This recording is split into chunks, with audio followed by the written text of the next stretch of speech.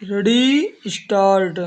सभापति महोदय, मैं निवेदन करना चाहता हूँ कि सबसे बड़ी आवश्यकता इस बात की है कि इन बैंकों में इन नौकरशाहों को न रखकर उनके संचालन के लिए ऐसे लोगों को रखा जाना चाहिए जिनका बैंकों के राष्ट्रीयकरण में पूर्ण विश्वास हो, क्योंकि किसी संस्था में जब उस संस्था को चलाने वाले लोग ऐसे नहीं होते जो संस्था के कार्यक्रम में विश्वास रखते हों, तब तक यह संस्था कभी सफल नहीं हो सकती।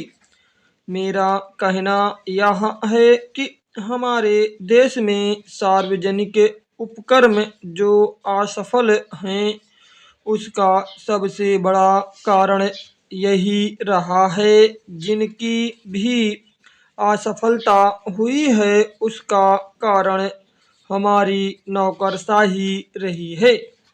जिस नौकरशाही को समाजवाद में बिल्कुल भरोसा नहीं है, उसका सदा बोलबाला रहा है।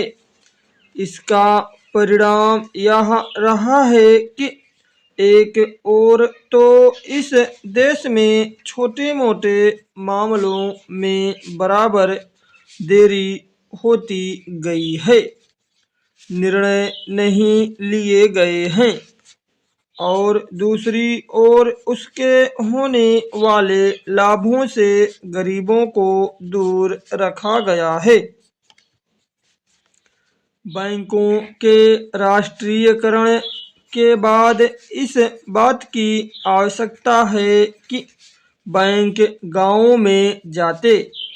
आज तो बैंक एक तरह से शहरों के एकाधिकार हो गए हैं, जिसके कारण वहीं पर सारे उद्योग पनपते जा रहे हैं।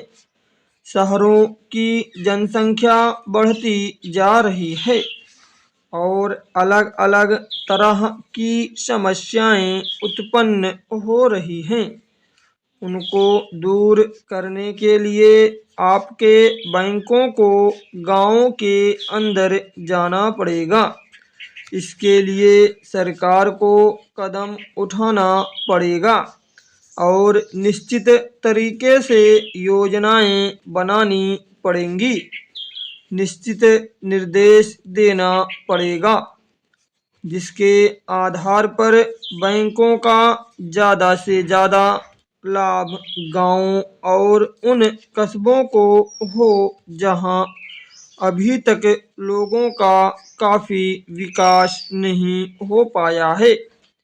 सभापति जी, सांप्रदायिकता और जातिवाद, इन दोनों के विरुद्ध सभी राजनीतिज्ञ हैं और जो इन दोनों से लाभ उठाना चाहते हैं, कम से कम मौखिक रूप से तो वह भी यही कहते हैं कि सांप्रदायिकता बुरी है, जातिवाद बुरा है। मैं तो यही मानकर चलूँगा कि जब पूरा देश यह कहता है कि ये दोनों चीज़ें बुरी हैं, तो सचमुच सभी यही चाहते हैं कि ना सांप्रदायिकता रहे और ना जातिवाद रहे। आज भी हमारे देश की राष्ट्रीय आय का 50% कृषि से आता है।